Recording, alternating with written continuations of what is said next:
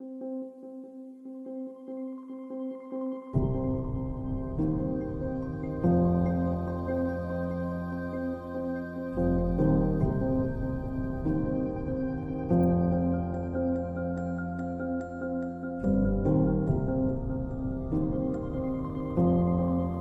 has changed.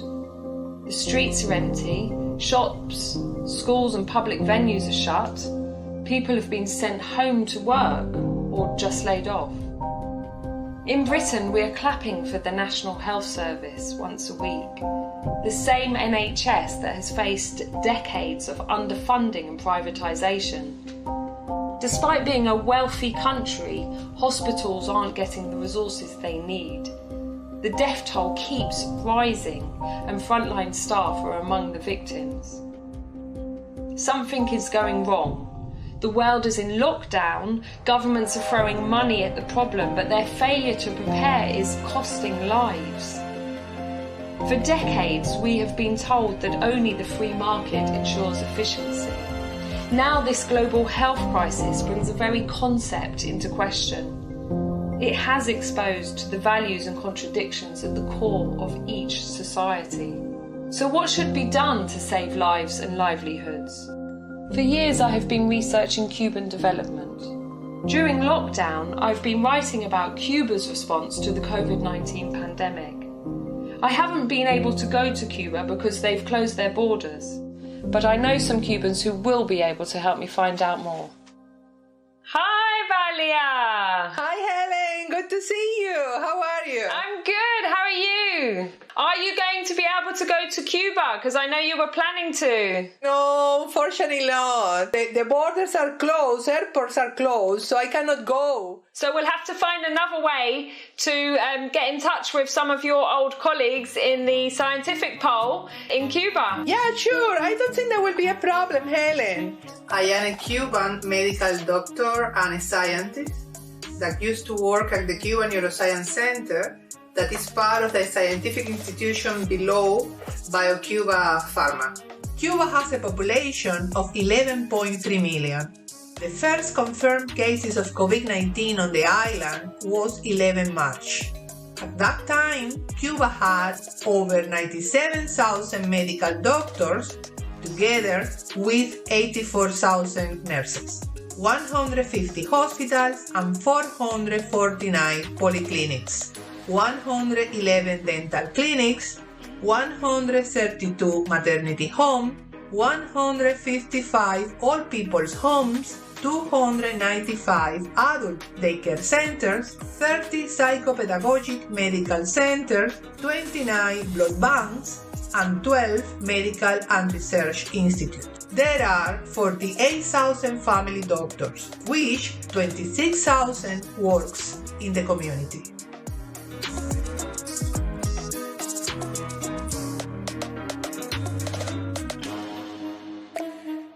Buenos días, ¿cómo estamos? ¿Bien? Bien, nada nuevo, todo normal, ¿Están para atenderse ustedes? Sí. A ver, pase uno de ustedes para acá conmigo. ¿Edad, Lina? 66. Estoy laborando como especialista de medicina general intelar en este consultorio alrededor ya de 31 años. En ese trabajo nos desempeñamos en la atención y prevención y rehabilitación de la población que atendemos. Atiendo una población de alrededor de 800 personas que está dentro del mismo área de atención donde estoy, y con identificación de todos sus riesgos, de todos sus hábitos, logrando de que la salud de esta población tenga una calidad, la que se espera por este primer nivel de atención de salud. El médico de familia es, felizmente, y tenemos ese orgullo y lo decimos, fue creado por nuestro comandante en jefe Fidel Castro, la modalidad en Cuba. O sea, el médico y enfermera de la familia, que tuvo su fundación prácticamente en el año 84. Ya llevamos prácticamente 36 años de fundado el médico de familia.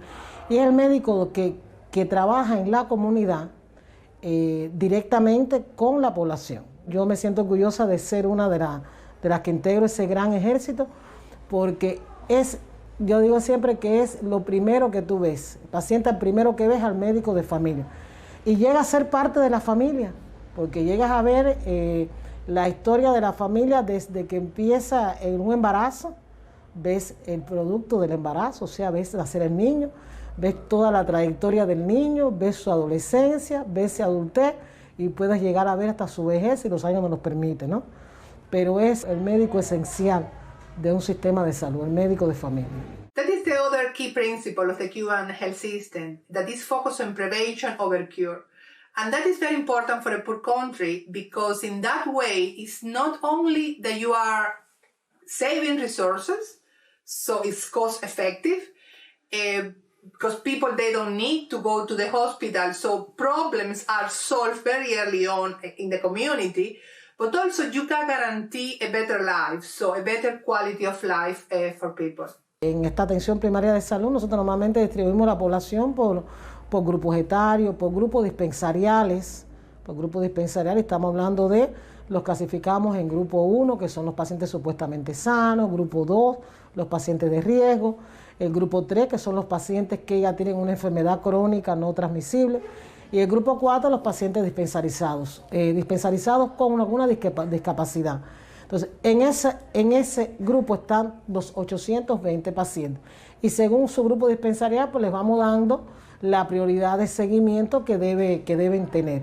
En eso se basa fundamentalmente el trabajo, sin dejar de hablar del resto de los programas. El médico de familia nos permite también trabajar en un grupo resto de programas, que estamos hablando de alrededor de 54 programas, son los que normalmente trabajamos.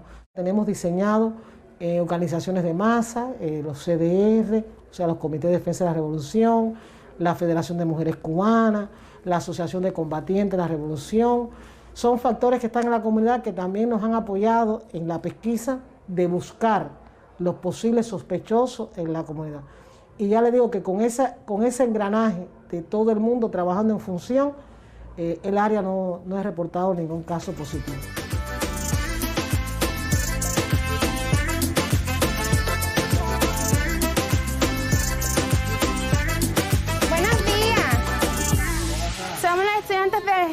Somos los estudiantes de medicina.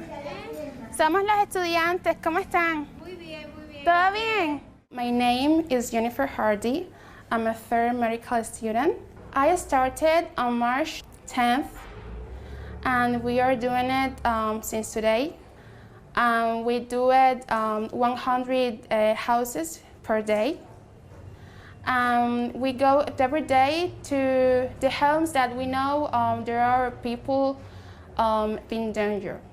The first thing we do it is knock at the doors of our neighbors, and we ask them how they feel, if they have fever or cough or any symptoms that are from COVID-19 or some other sickness, because we don't only we are asking for COVID-19, so we are asking if they have maybe other respiratory sickness.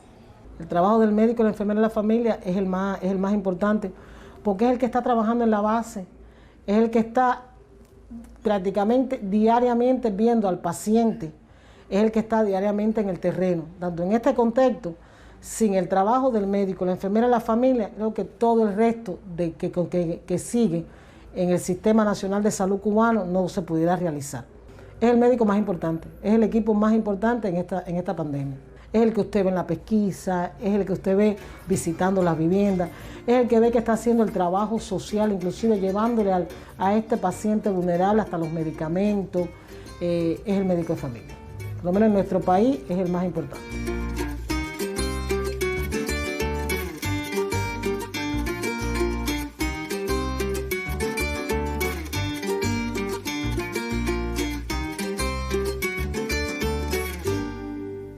Nosotros tenemos una amiga que muy querida por nosotros, que vive en España, y el día 13 de marzo ella llegó a Cuba y a los 2-3 días comenzó a sentirse malestares propios de la enfermedad, acudió al médico, la ingresaron, por supuesto, le diagnosticaron el COVID y nosotros entonces tuvimos que también ingresar para que se nos estudiara, a ver la posibilidad que había de que también nos hubiéramos contagiado, y así fue, quedamos contagiados en ese entonces.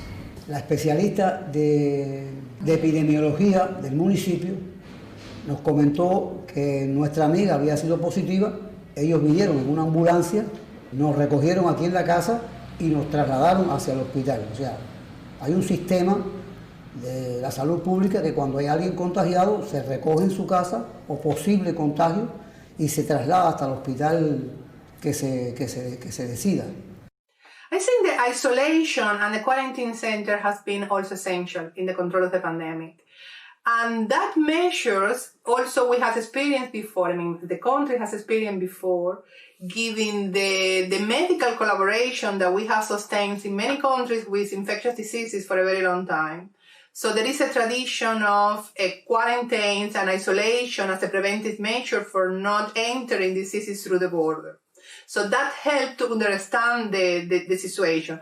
Also, we have like dengue pandemics in Cuba, so we also have, the country has experienced about quarantine part of the population when was necessary to control spreading. And that was vital in this case. De allí no podíamos movernos, no nos iban a dejar salir del hospital. Sucediera lo que sucediera. Estábamos bajo un régimen de aislamiento y de tratamiento que es inviolable y no íbamos a poder salir de allí. Realmente fue muy triste porque estábamos, imagínate, encerrados también. Después ya nos separaron.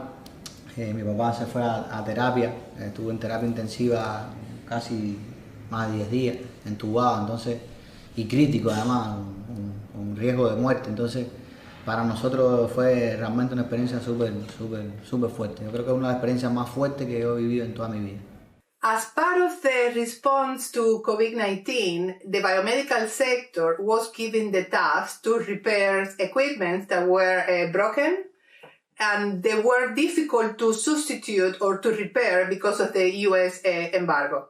So the Cuban Neuroscience Center, the place where I used to work for 25 years while I was in Cuba, was one of the leading institutions in this effort. Some of the things we've been doing is, for example, trying to reduce the cost of the PCR tests, which are very necessary to identify if a person has the virus in his body.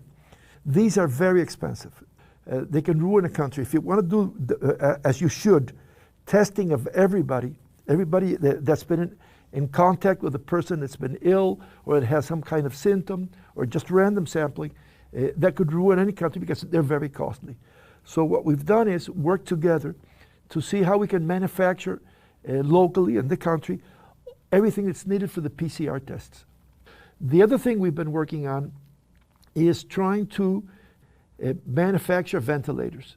The reason is immediately as soon as we started seeing how the epidemic was playing out in Spain, in China, in the UK, and other countries, we saw there was a very large shortage of ventilators and that people would die because there wasn't enough ventilators at the peak moments of the epidemic.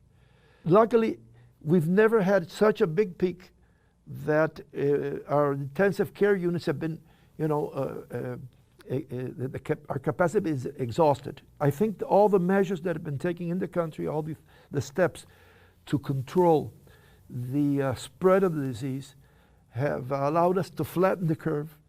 And there's never been a number of cases to overburden our intensive care units. But just in case, we prepared for the worst scenario. Since I still keep collaboration with them, we were talking in which way we could support the task that was given to the scientific pole for repairing equipment. And then we decided that one way of working around the blockade was to start a campaign, a crowdfunding for collecting funds and then buying different spare parts that were difficult for Cuba to acquire, given the US sanctions. We're going to build two types of ventilator. One is the invasive ventilator, this one where you intubate the person and you administer air, a mixture of air and oxygen to the lungs to help the person breathe. We used a design that was developed by the Massachusetts Institute of Technology, MIT, in the US, and they placed this as open source on internet. Of course, we had to adapt it to our materials, our conditions, but I think this was a very favorable instance of international collaboration. And we'll be delivering to the public health system 250 before the end of the year, 250 ventilators. This will help us prepare in case we have a second wave or if we have an increase in the number of cases. The other ventilator we're working on is one which is not invasive. It's one that you don't intubate, you just use a mask or a helmet. It's for, let's say, less severe cases. And this is based on the design, open source by UCL, University College London. And they have collaborated with us. We've had teleconferences, discussions, and we're now manufacturing 250 of these ventilators. As part of this campaign, we made contact with the University College London, with the department that has developed a Ventura UCL CPAP device. And then they, in a spirit of collaboration, they gave us a unit for the quality control of the equipment, the CPAPs that Cuba was building. That was another example how collaborations and solidarity can bring people together for facing a common problem, that this is the case of this worldwide pandemic. When you have an underdeveloped economy and you still are not strong, many of these things are extremely costly.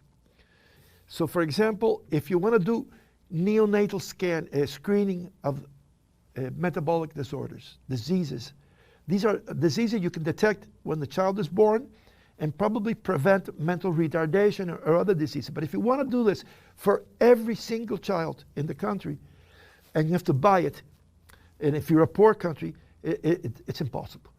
And since our health system is based on the idea that anything we have has to be universally available for everyone, because the Cuban health system is free for all, it's a universal coverage, and then that created the need for an independent and self-sustaining national industry that will reduce the costs so we can take it to everyone. So this big response to COVID is the COVID-19 pandemic is, I think, a product of these two developments. The idea that we had to have complex, big organizations to be able to handle health issues, and this was a lesson from our first dengue epidemic, and the need to have a self-sustaining and independent national industry to reduce the cost to make it universally available. This is not a rich country. I mean, it cannot do many things that perhaps could be possible to be applied. But anyhow, it has been a very good result. But I think that it's not only due to science and to biotechnology. It's mainly due to the organization that the society took from the beginning of the pandemic.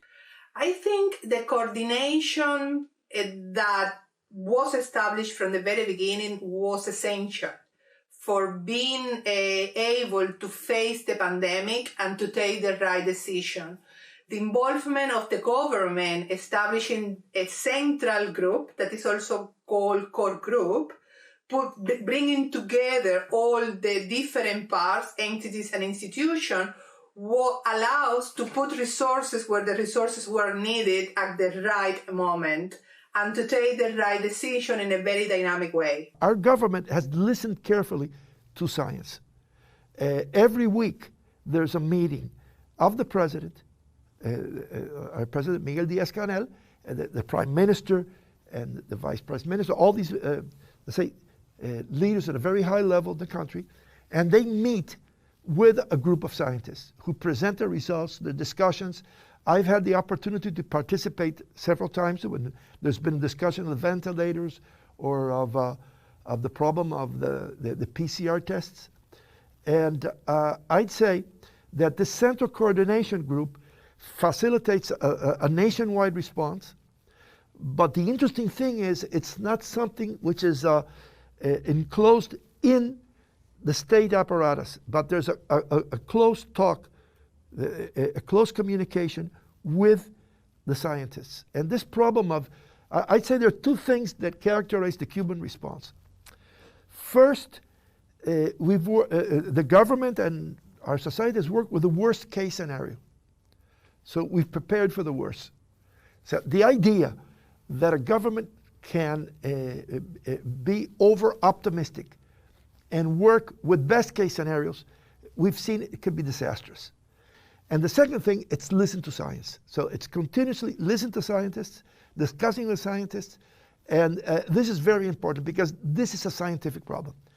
So this is a problem you can handle differently according to your ideological or political point of view, but deep down, it's a problem of humanity fighting a virus. It's biology, it's science, and it has to be handled scientifically. And if you ignore science, you get into trouble. This is not the first time that Cuba, and particularly biotech, has to play a role in a pandemic. We have pandemic many years before, for example, against dengue, against a kind of neuritis, against Haemophilus influenzae type B, a kind of bacterial meningitis. Let's say we have in place in Cuba two things which helped us react and help us organize, let's say, such a complex and let's say a large-scale response to COVID. The first one is a long tradition of collaboration between, let's say, the universities, the research centers, the public health system, and the government. And this was something that many years ago started off as what was called the Biological Front, and it was created personally by Fidel Castro. So he organized a meeting. He called together scientists from the universities, from the research centers, from the Ministry of Health, and it was in response to a big dengue epidemic, the first dengue epidemic we had. And Fidel, I remember, talked to us and said, we cannot be caught unaware again. And all of the big research centers that were being created, like the Center for Genetic Engineering, the Center for Molecular Immunology, our own center, which we grew up in, let's say, within another center, which was the National Center for Scientific Research. All this is a response to that dengue epidemic. And the conclusion is we had to create a strong biotech sector and biomedical research center to respond to that kind of thing. So then that called a biological front, or Frente Biológico, it evolved into what was called the scientific poles. And these were organizations, again, where you had the universities, research centers, you had factories, and you had people from the Ministry of Health. And the idea is collaboration with technology to handle big health challenges. And all this came out from this very first dengue epidemic we had many years ago. He created in 91, 92, what was called the West Scientific Pole of Havana. That was the biggest organization in biotechnology in the whole Latin America at that moment. And later on, he continued pushing, creating conditions and stimulating the people working in biotechnology. I mean, he dedicated many years and many hours and all the time required to be able to develop practically from the scratch the biotechnology in the country. He is really the father and the conductor of the biotechnology in Cuba.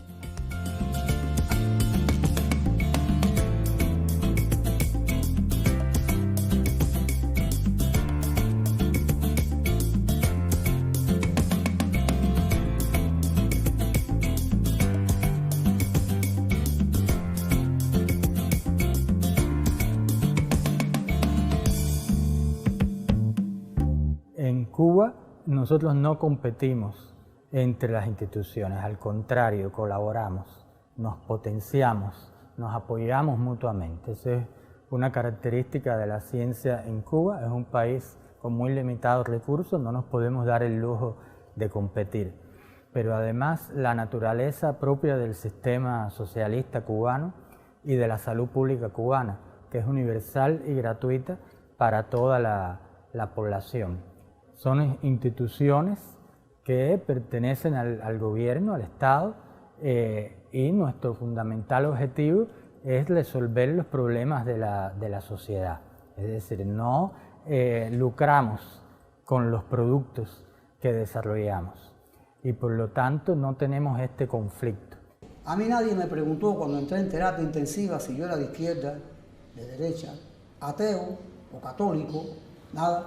Nadie me pidió una tarjeta de crédito, nadie me dijo cuánto me costaba la cuenta, nadie me dijo si tenía un seguro médico y me atendieron como si yo hubiera sido el paciente más importante del mundo. Así atendían a todo el mundo. This idea of complementing each other was since the beginning of the Cuban biotechnology. And this is the same what is happening now with the vaccine. I mean, it's not something new. It's a kind of a way of thinking, ¿no? Of behavior. Cuba era un país con un 40% de analfabetismo cuando triunfó la revolución. Un país donde la ciencia eran iniciativas aisladas, no había instituciones científicas como tal, y desde un inicio, bueno, la mayoría de la población no tenía acceso a la salud pública, y desde un inicio la revolución priorizó la salud pública y la educación como un programa a largo plazo, un programa estratégico a largo plazo. Primero, alfabetizar a la población, después alcanzar diferentes grados de escolaridad, después que todo el mundo tuviera acceso a la universidad, todo gratuito. Y ya cuando se logró tener una masa de personal universitario, instruido, pues entonces la prioridad fue el desarrollo de la ciencia y se comenzó a invertir en el desarrollo de la ciencia.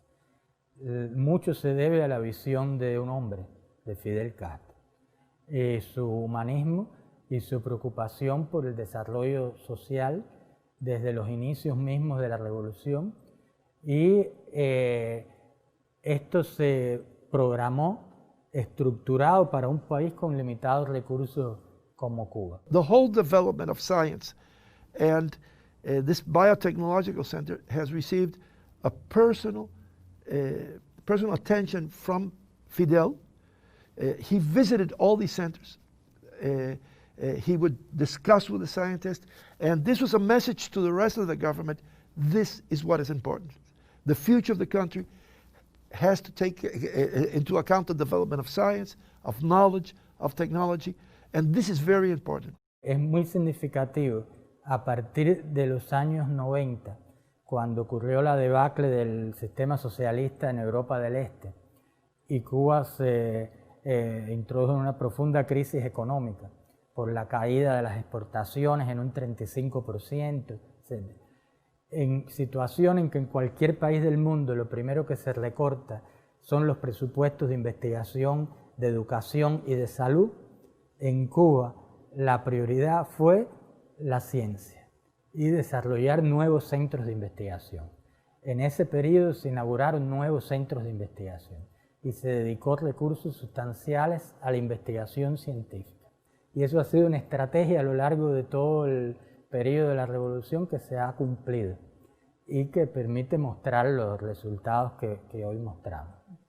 Since we can say something like 81 have been using the very close collaboration of different entities, including scientists, in the struggle against the pandemic. And in the case of this pandemic, what it has been done in a very useful way is to use all the different kind of development that exist already in order to be able to avoid complication of the people having the COVID-19. For example, that is the case of biomodulin T, interferon alpha 2B, alpha plus gamma interferon, Gus-Binza, and an monoclonal antibody against interleukin 6. We also have been used ozonotherapy in order to destroy phenomena at the level of blood coagulation. And we also have been using other kind of therapy like convalescent plasma. All these kind of products have been very important in order to reduce the lethality due to the virus. También desarrollamos el péptido Gus-Binza, que es para el tratamiento de la tormenta de citocinas en las unidades de terapia intensiva, es decir, pacientes graves y críticos. Y disponíamos ya en el centro como producto el factor de transferencia, que es un producto natural obtenido a partir del plasma de la sangre y se usa para potenciar la respuesta inmune y se está usando también para la prevención de grupos vulnerables, de grupos de riesgo de la población, ancianos, etcétera, se le administra este producto. Son productos ya introducidos, desarrollados y establecidos en el protocolo.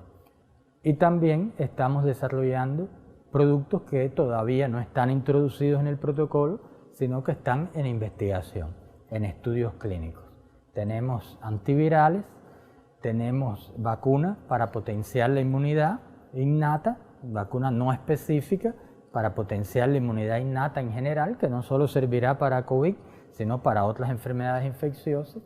Y trabajamos también en una vacuna, candidatos vacunales específicos contra el COVID. O sea, en todas estas áreas estamos trabajando y desarrollando productos. In the case of alpha interferon 2, concerning the pandemic, when the pandemic started in Wuhan, in China, we contact our colleague in China. We propose them to use interferon. Then there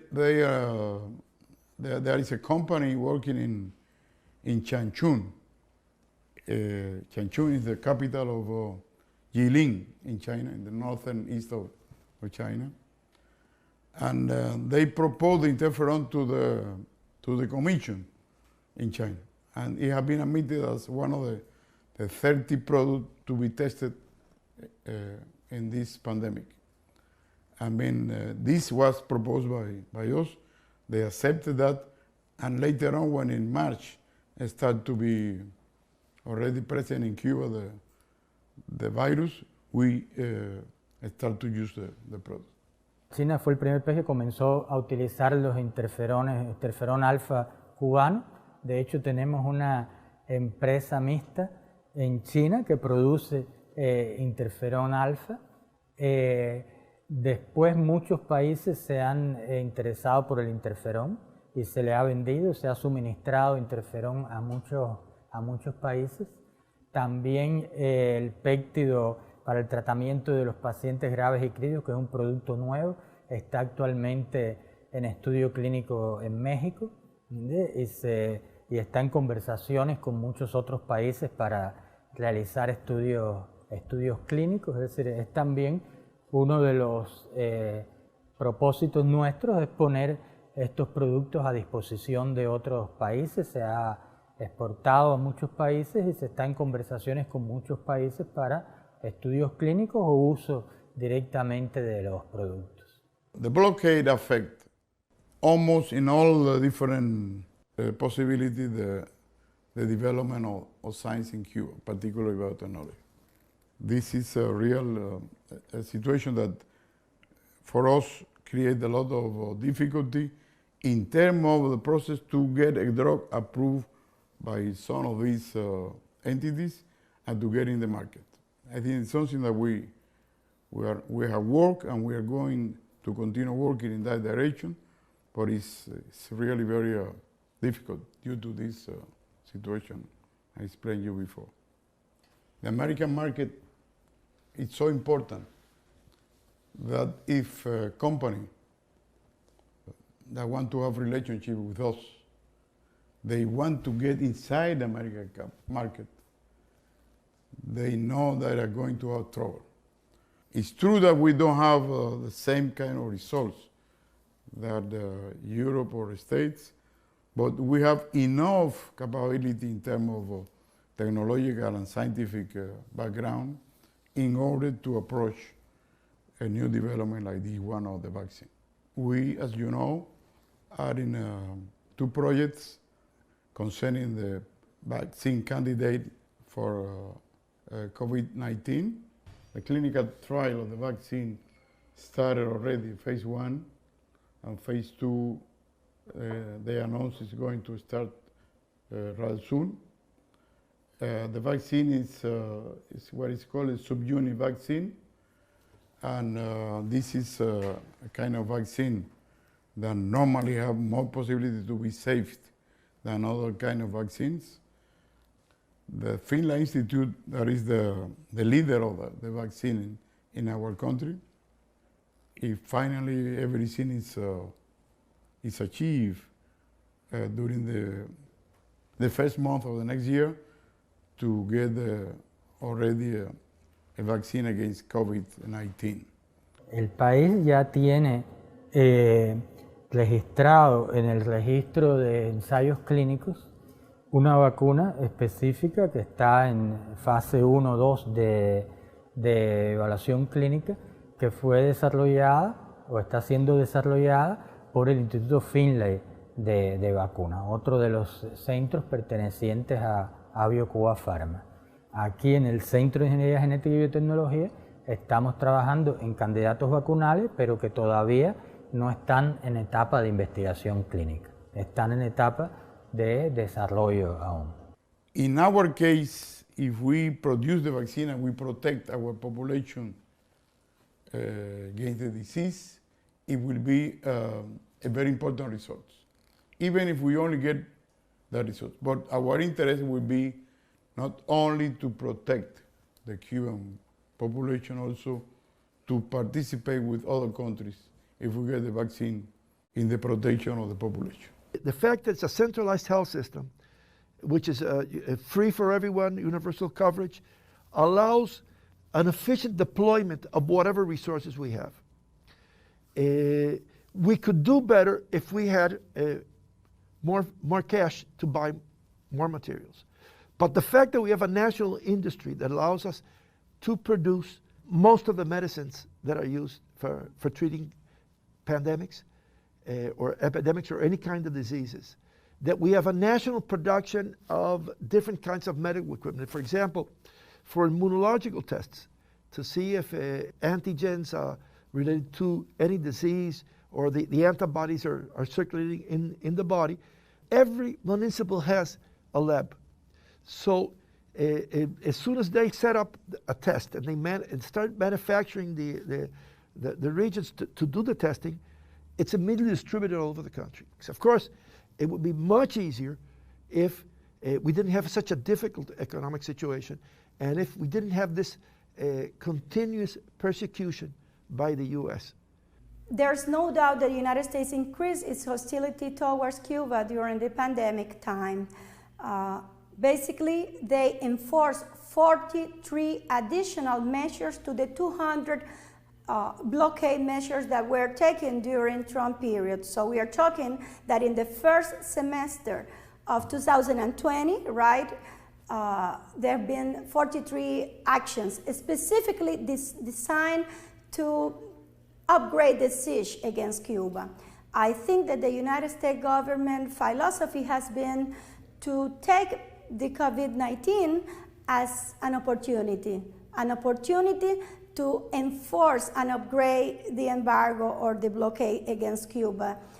They've made an assessment that the combined effect or impact of the U.S. blockade reinforced for the last 4 years, together with the crisis that a country will experiment at dealing with the COVID-19, will make Cuba more vulnerable in terms of its capacity to react to such a challenge. I'd say that the other problem is that the world economy in this moment is in a very bad shape. And it's not only us. If you want to buy basic materials and things you need, supplies, for manufacturing ventilators, we've reached we reached out to certain countries, tried to buy materials, and we've been told that they can't be exported because they're being reserved for local use. Or sometimes we try to buy something and the supplies are exhausted. We're suffering, like everybody, the consequences of the pandemic on the world economy, but I think with the additional factor that we have the U.S. embargo and this attempts by the U.S. government to strangle us that are also making things difficult, much more difficult. We had all of our chromatographic systems in Cuba were manufactured by a Swedish company called LKB. Then overnight, there was an acquisition of LKB by a U.S. company. And immediately, we had to change all the systems in the country because they communicated that they could no longer sell to us. El bloqueo nos ha afectado muy significativamente en el intercambio científico, en el acceso a recursos.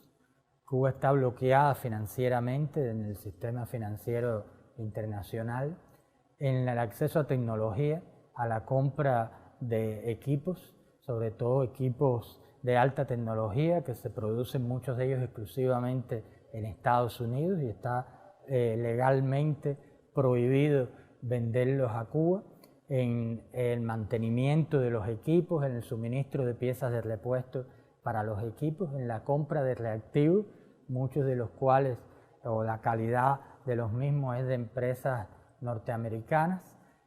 Hay que comprarlos a través de terceros países, evadiendo el bloqueo. Realmente es muy complejo y implica costos muy altos este bloqueo y realmente eso nos afecta muy significativamente. It is true, as you know, that it harmed Cubans badly in terms of hardship, of the long lines that you see on the street, of days that we had a blackout, of days that a vessel could not touch Cuba, or touch Cuba but could not deliver their cargo, because at that time a phone call from Washington was made to Lloyd's or to any insurance company in the world saying, hey, if this vessel named Claudia leave their cargo in Cuba, we will punish you, or we will take away, or we will put a fine on you according to their illegal biggest system of sanctions and unilateral coercive measure that exists in the world. The most apprehensive, the most enforced for the longest period of time.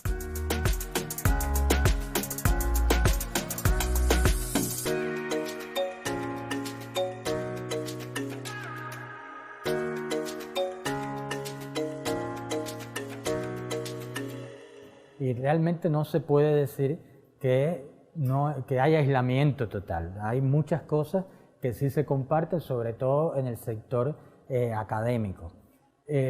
Pero en el sector empresarial, las compañías, pues hay competencia. Cada una trata de salir con sus productos adelante. Es un problema de mercado, de quién vende más, ¿entiendes?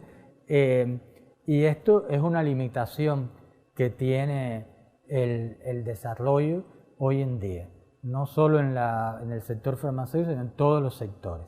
En vez de cooperar para desarrollar más eficientemente mejores productos, todo el mundo trata de desarrollar un producto diferente, porque el que ya desarrolló otro o está desarrollando otro ya lo tiene patentado. Entonces ya el otro tendría que licenciar la patente, o no se la licencia. Entonces no le queda más remedio que en vez de aprovechar lo que ya se desarrolló, tiene que hacerlo diferente. Y esto, lógicamente, va en contra de una mayor rapidez y una mayor eficiencia en el desarrollo de los productos. The most important thing for many people is not to get a position in an American company or an American university. It's to have good results in order to be useful and to get better possibility for you and your country. I mean, it's a contradiction in the sense that the embargo created a lot of difficulty, but the embargo also create we can say the decision to overcome difficulties and the decision to be better and to have important results. El sistema de salud cubano es un sistema de salud sólido. Yo lo considero un sistema de salud sólido, independientemente de todo lo que pudiera globalmente pasar con Cuba, pero es un sistema de salud sólido, organizado, es priorizado, y en la pandemia nos lo ha demostrado nuestro país, nuestro gobierno ha priorizado el sistema de salud. Si usted prioriza el sistema de salud, todo lo demás va a salir. Cuba se organizó, Cuba preparó a todo su personal de la salud, Cuba preparó unos buenos protocolos y Cuba lo llevó a nivel de todo el país. Y no puedo faltar de decir, y lo llevó también internacionalmente. En 2005 hicieron un llamado para atender a los pacientes que víctimas del huracán Katrina. En ellos escogieron un grupo de médicos que estuvieran en primer lugar dispuestos y que tuvieran cierto entrenamiento en desastres, en epidemias. Y en este caso nosotros habíamos pasado un diplomado de atención a desastres y estuvimos ahí preparados para salir para el Katrina aproximadamente 2 meses. El gobierno de Estados Unidos decidió no darle autorización a los médicos cubanos a participar, pero esto sirvió de marco, ¿no?, para la inauguración de la brigada Henry Rick en ese año, que la primera misión fue ese año, que en un deslave en la República de Guatemala estuvimos ahí participando en atención a esos pacientes que quedaron expuestos a muchas epidemias, sobre todo de enfermedades transmisibles, porque habían perdido prácticamente la infraestructura completa. Y participamos por un periodo de 3 meses y ahí se dio inicio a la Henry Rick. Con posterioridad se inició la epidemia de ébola en África Occidental y fuimos llamados y decidimos participar por voluntad propia en el combate al ébola en África Occidental. Y ya con estas experiencias previas, entonces ya yo me sentía con la obligación moral de participar en una brigada que fuera a combatir el COVID, lo mismo en Italia que en otros países del mundo. The United States have been doing an active harassment of every single government on earth that have any agreement with Cuba.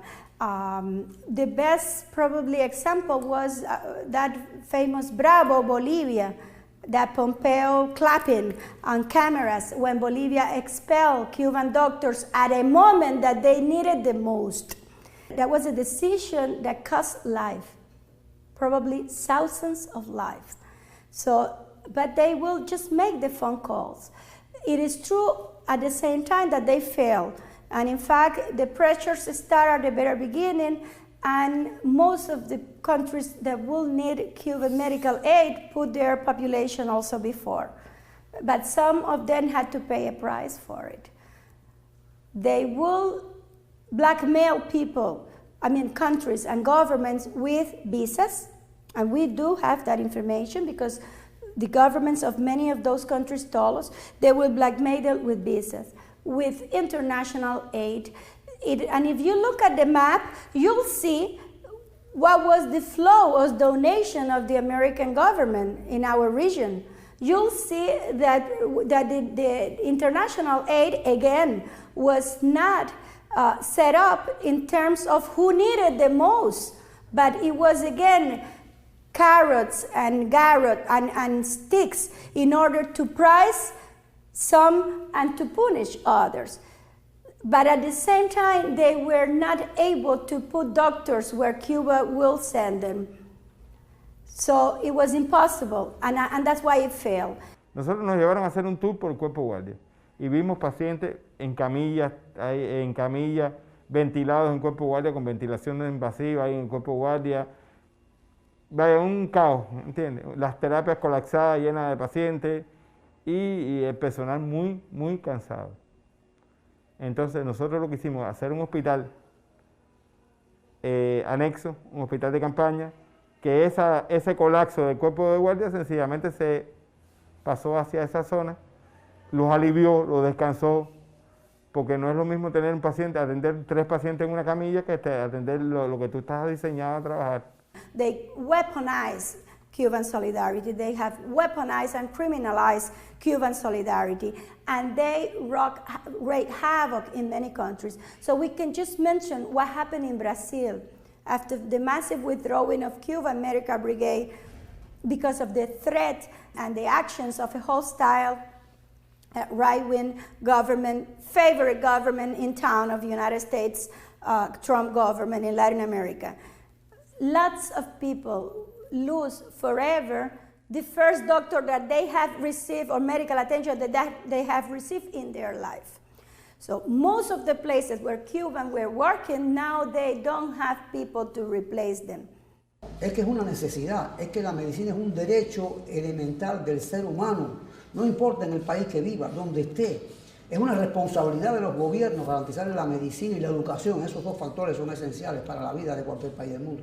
Y lamentablemente no hay países en los que esto no son cosas primordiales, ni esenciales, ni obligaciones de algunos sistemas políticos. Es una decisión propia y personal y moral y me gusta servir a los demás. Me gusta servir por voluntad propia, no porque nadie me lo imponga. Hay un proceso de selección. Si tú tienes un médico que ya tiene cierta experiencia en bioseguridad y va a participar en una epidemia, tienes ese aspecto y no una epidemia como el ébola, ¿no? Que la bioseguridad era el centro de todo el trabajo. Ya tienes eso adelantado, entonces se llamaron a las personas que estuvieron en el ébola. ¿Estás dispuesto a participar? ¿Quieres participar? ¿Deseas participar? No tienes ningún problema para participar. Y si tú querías participar, te unías al grupo. The United States failed on its campaign. In fact, during the pandemic, we dispatched more than 52 medical brigades to around 39 countries or more. And the response has been really a response of gratitude, as it should be. They are not going there for them to be thankful. I think Cuba is not pretending anything. It has been part of our history to be solidarious. We also have been benefit from international solidarity, even now in times of COVID. We will never forget the country that have helped Cuba, the international organizations or governments that have helped Cuba in this difficult moment, even private organizations or private people. But we will not forget either that on times of pandemic, on times of hardship, the United States capitalized on their despicable policy against Cuba. Es una justificación para atacar las misiones cubanas. Yo nunca me he sentido como un esclavo, nunca. Yo he tenido capacidad de decisión sobre mi vida, en primer lugar, que un esclavo no tiene. Yo he podido decir que sí, he podido decir que no, he podido decir que ahora no porque no quiero. Yo nunca me sentí un esclavo. Y entonces eso me parece que es una forma de justificar el bloqueo, de justificar las medidas contra Cuba, de tratar de dañar una fuente de ingresos para Cuba. Es más de lo mismo, más de lo mismo. You cannot call a slave to a person that voluntarily will go to work in a foreign land. So it doesn't apply all of the requirement. It's not forced labor, so people go voluntarily. Second, it's not on pay. Cubans are paid. In fact, they are paid more than the normal workers in Cuba because they receive in Cuba their entire salary And at the same time, they do receive also an stipend or an allowance or a salary. It depends on the different contracts in the country when they are working. So it's not forced labor, there's no use of force. And the reason the U.S. called that a slave or human trafficking has nothing to do with the international felony of human trafficking. It has to do with the necessity that the United States has to justify a policy that is impossible to hold in front of public scrutiny. United States cannot tell the third world countries that it is right to prevent people who need medical service to give up to those services by the Cuban medical brigades just because they don't want it, or just because it doesn't match their policy to have international recognition, admiration, that is not new. La experiencia más, yo siempre digo lo mismo, la experiencia más notable que yo tuve en Italia es prácticamente avanzar por una calle alrededor de 1 kilómetro. No porque tienes que caminar por ahí, porque debíamos llegar a una plaza y éramos de grupos en grupos. Usted sabe lo que es caminar más de 1 kilómetro y la gente, toda la gente, salir de sus casas a aplaudirte. Eso fue una experiencia inolvidable. Yo creo que como eso no he visto ninguno. Por la espontaneidad, por la forma en que la gente te aplaudía, te decía gracias, gracias, gracias. Y además por el tamaño de la cantidad de gente que salió a aplaudir a nosotros. La atención médica en ese hospital fue realmente excelente, excelente, excelente. Yo no puedo decir otra cosa. Yo sentía que los médicos y la enfermera eran como un familiar mío, porque me trataron a mí de manera, con una dedicación y con un amor increíble. Me siento más tranquila. Y ahora que veo que el país está en una situación un poquito más controlada, han bajado el índice de casos, bueno, pues me siento mucho mejor. Cuba, de verdad que los médicos, bueno, a lo mejor no tendrán mucho, pero tienen un gran corazón, un gran amor por la carrera que estudiaron, por sacar adelante cada enfermo, eso sí es cierto. Realmente, en ese sentido, yo creo que a pesar de la experiencia tan fea que vivimos, tan triste, tan negativa, si algo hay que rescatar de eso es el valor humano del personal de la salud pública en Cuba, que realmente se la juega día a día y se juega la vida realmente por amor a su oficio, literalmente así, por amor a su oficio. I am very proud of my country. I knew that was going to be like that, but seeing actually that has been like that, and knowing how hard it is for my country and for the people in my country is to live every day with the U.S. blockade, and how much the population is struggling, my family that is still there, it made me even prouder. It's prouder of that. I am really proud.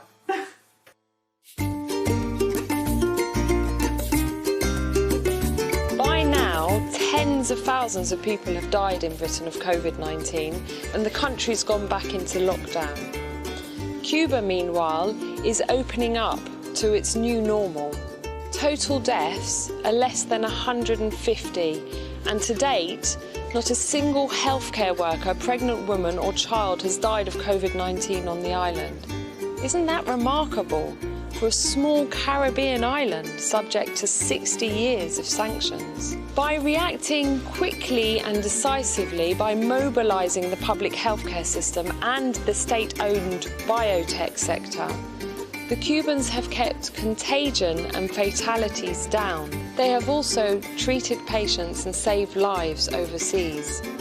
Within 7 months, nearly 4,000 Cuban medical specialists had been to 39 countries to treat COVID-19 patients. Cuba spends a tiny proportion of what is spent in Britain and the United States on healthcare. But by planning its scarce resources, they are able to organise the kind of effective response we've seen during this pandemic. The key to Cuba's success has not just been the fact of state intervention, but the nature of that intervention. Cuba's socialist system is set up to prioritise welfare over private profit. Now, this may not be a lesson that most nations are ready to hear, but Cuba's international assistance during the pandemic at least shows the feasibility and the benefits of global cooperation to address global problems.